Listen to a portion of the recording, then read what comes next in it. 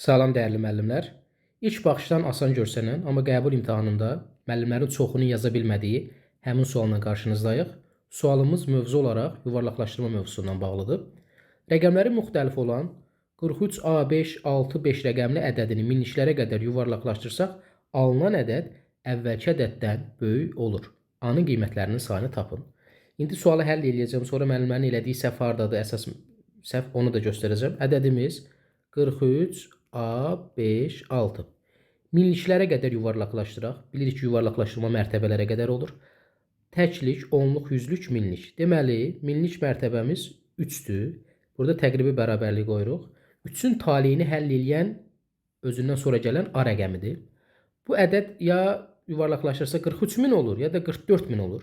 Amma bizdə əvvəlkindən böyük olduğuna görə deməli bizim ədədimiz 44.000 olub yuvarlaqlaşdıranda. İndi bu 3-dən sonra gələn rəqəm hansı rəqəm olanda yuvarlaqlaşdırmanın qayda qanununa əsasən bir vahid artıb sonrakılar sıfırla əvəz olunurdu?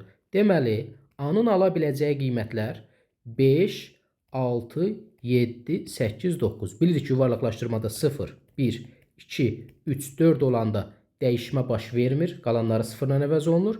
Yox, 5, 6, 7, 8, 9 rəqəmlərindən biri gələrdisə, bir vahid özündən əvvəlkinin üzərinə gəlir, sonrakılar sıfırla. Bu bizim qaydamızdır. Və müəllimlər də elə burada sayıblar, 5 dənə rəqəm götürüblər. Amma diqqət edəcəyimiz məqam, rəqəmləri müxtəlif. Biz burada 5 var deyə 5-i yaza bilmərik, 6 var deyə 6-nı yaza bilmərik. Yəni ədədimiz 43.556, 43.656 ola bilməz. Rəqəmləri müxtəlif dediyinə görə 7, 8, 9 ola bilər.